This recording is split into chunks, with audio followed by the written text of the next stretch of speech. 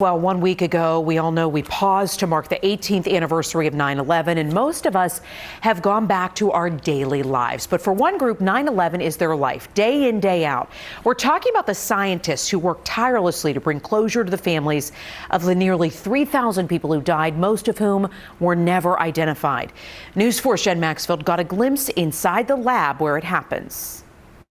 We place the DNA into these tubes and we put them through a process that makes millions of copies. Inside the largest DNA crime lab in North America, this instrument, we use it to extract the DNA from the nucleus. Forensic scientists are using new technology to return September 11th victims to their families. There may not be remains recovered from all of the victims. You don't know until you try.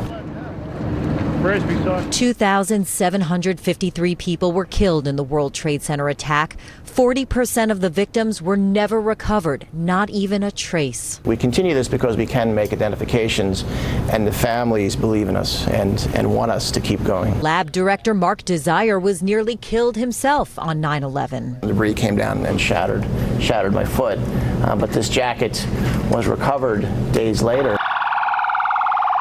Forensic scientists have more than 7,000 remains yet to identify. Sometimes it takes more than a dozen tries before a match is made. So far this year, 152 remains have been identified here at the DNA lab, some from victims whose families had never received any remains before. Using a scalpel. Here's how it works. This demonstration using a rib bone from a deer. These are not human remains. From a bone like this is all that we will need to perform the DNA testing.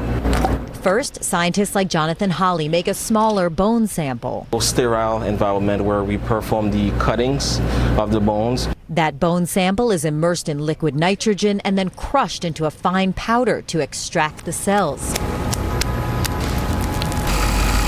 The bone powder is then mixed with water and the DNA is extracted and run through a computer to see if there's a match.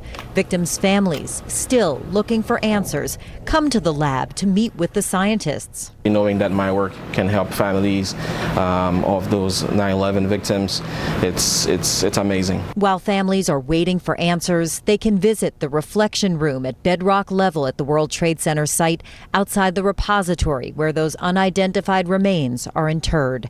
At the DNA Crime Lab in Kips Bay, I'm Jen Maxfield, News 4 New York.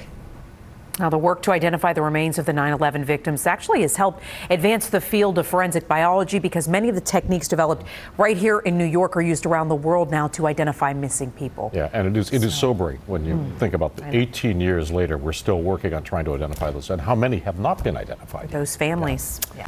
Thank you for watching this video from NBC4 New York. You can subscribe by tapping the button below me, and on the left you can see our latest updates, investigations, and digital exclusives. We'll see you next time.